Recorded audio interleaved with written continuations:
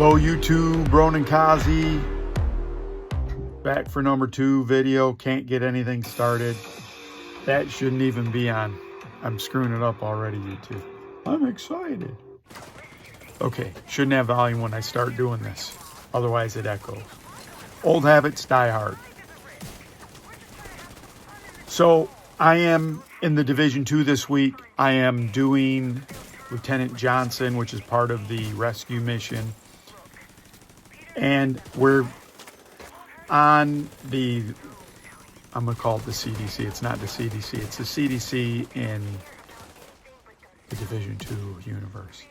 And so we're running through here and it's backwards. It's familiar, but it's different enough that it's backwards. So I keep trying to fit my previous experience into this new experience.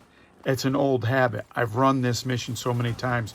I know it backwards and forwards, yet now I'm having a little bit of problems because it's the same but different. A lot of times we develop habits. There's good habits and bad habits, but we do a lot of habitual behavior because it's been relatively risk-free. Their consequences haven't been too great, so we just keep doing that behavior. To the outside, people might look at it that it's bad. Like maybe if you're drinking, some people consider that a bad behavior. But if nothing really serious ever happened, you might not change that. You may do certain things. You may get up 15 minutes earlier so you can get to work 15 minutes earlier. You may get up early so that you fix yourself breakfast and save a little money. You may choose to make your own meals because it's healthier for you. Whatever the reason that you're doing all this. The thing is, it becomes a habit. And sometimes habits, like anything, can be good or bad, right? It's all in the eye of the beholder in one sense.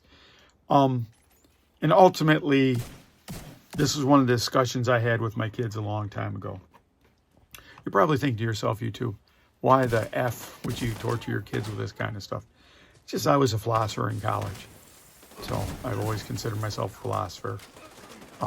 What qualifies me to be a philosopher wasn't my degree. Don't need a degree to be a philosopher. Just, I think anyone can be a philosopher, anyone that thinks about their stuff. I don't go around, I don't have a professional philosopher card. It's not that kind of thing. But I talked to my kids about this. Is there something that's ultimately good? This is a argument between Plato and Aristotle, in that Plato seemed to think that there was a perfect form of a chair that existed outside of reality.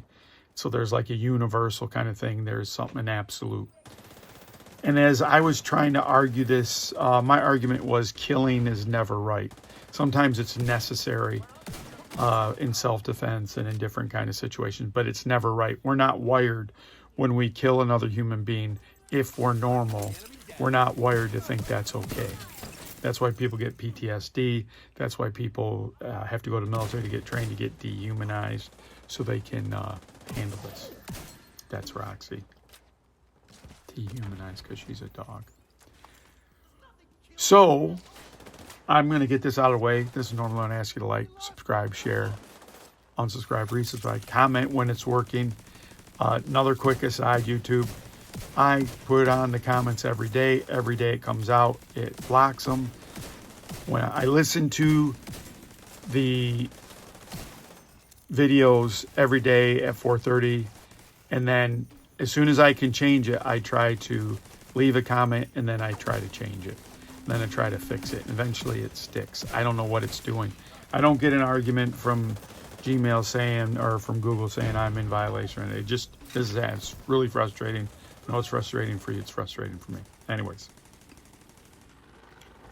And so I posited to my kids that killing was one of like a universal thing. It's not great that we do. It's bad.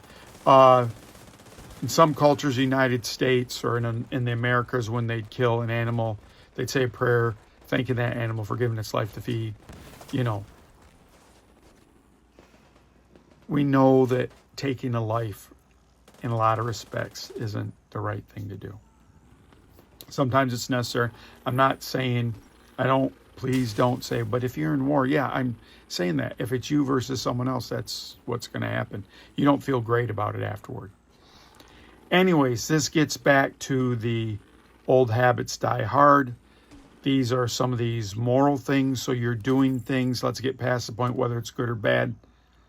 I'm playing this video and I'm running it because I've played it before, like I've done it before, and it's leading me into problems. Are there some habits that you do that are just lazy habits? There's no good reason. You haven't examined them. You haven't rationalized them. You've just said, I don't care about this thing. And I've had this discussion with people on this channel, and I don't put a lot of emphasis on my grammar. And I heard something recently that bolsters my point, so I'm going to say it. But a guy was saying, I heard on one of the channels I listened to, is that when you correct somebody, but you knew what they meant, you just really correct them to be an asshole then, or, you know, just to show them up. Because if you knew what they meant, you understood it. And so I explained a couple videos ago, maybe 5 or 6 videos ago, people eventually knew what Ronin speak was. They'd understand what I was going, where I was going, the points I was trying to make. I've told you that. I appreciate that you, if you've watched this channel enough, you understand. You understand. I'll say a sentence and I'll leave out this part. That's Roxy, everybody. If I had a GoFundMe, I'd GoFundMe and get her a brand new sweater. Don't want a new sweater for her yet, but thank you for thinking about her. She doesn't. Jeez. So anyways, are there habits that are unexamined in your life that you could change and make them a better situation out of that? That's an easy way to do self-improvement. There's bigger habits you may have that might take a little bit more. And this goes back into everything we talked about. Framing goals, having reasonable goals, having a process to find out why you're doing things. If you want to lose weight, you may say, I'm going to have a habit, I'm going to eat differently. But why do you want to lose weight? Like, so what's the real motivating? Is it just because everyone else says you should lose weight? And I'm going to amplify something I said yesterday in the previous podcast video. The meta that someone that doesn't know you, that prescribes in the either, in the other, that's just making a recommendation to you, that hasn't talked to you, those are the kind of recommendations that are dubious in value. Even if I talk to one of you one-on-one, am I really in that hour snapshot? Am I really going to have a good sense? Or am I going to understand you gave me an hour worth of what you want me to understand? And that's the thing about counseling or any type of situations where you're getting help like that. It's only as good as what you put into it. If you're willing to lay yourself open, that's when you'll get some benefit out of it. I think I've already died twice in this. I kind of got stuck. One thing when you're doing these missions, the rescue missions, you're always in a combat, they're always combat going around outside that you can't kill, so they keep you kind of in the build you start with. I think I wanted to go to Vial Jammer. I might put a pulse on this build, but it wasn't the exact build I wanted, but it's still okay. So changing a bad habit that you want to make better, that's a little bit tougher. You have to make sure that it is a bad habit. Just because someone tells you it's a bad habit doesn't necessarily mean it's a bad habit.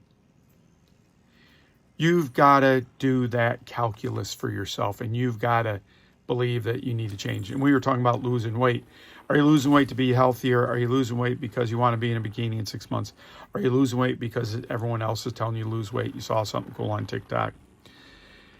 That end reason helps define the goal, which helps define the new habit. Because if you're doing it to make a change that you want, it's going to have more chances of working. I know you might not believe this, but there was a time I weighed probably, 70 or 80 pounds more than I weigh now. And over 12 years, I probably lost 5 pounds a year. That's like less than a pound a month, right? It just changed how I ate. Really portion size. There's a lot of other things that you can do, but it's really easy. these are no-brainers. If you cut sugar soda out of your life, it has so much sugar in a soda.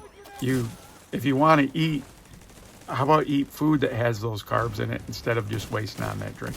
And that's an easy way to change your quality of life. It's just by substituting what sugars. I want to eat carbs. I want to eat pasta. I don't want to drink Coke. I like, maybe like that. Maybe like cold caffeine. There's all ways around this. But as you start making these changes, and that's a tough one because that gets into how you think about your body and all that stuff. And I don't care. That's your thing. But changing habits, that's what this is about. I played this and I just defaulted to an old habit of how I played that map. You can see at one point we rushed to go where you normally get to fight down in the pit. We just absolutely, you see we're up in the section that normally when you're fighting this, you look down to your left and you fight down there. We eventually went right there anyways because we're creatures of habit. So YouTube, this is Ronan Kazi. No glasses with the reflections today. Learn that. I can't see, so I'm blind. Not really blind. I can see close. I can't see far. I can't see close either. So that's the thing when you get older. You can't see, period. But Ronan Kazi, thank you. This is a short one today. This is for you guys that like The Division and women and whoever else likes The Division. This is for you. So thank you again, Ronan Kazi. This is number 2 of Seeing My Ugly Mug. Thanks, YouTube. Bye.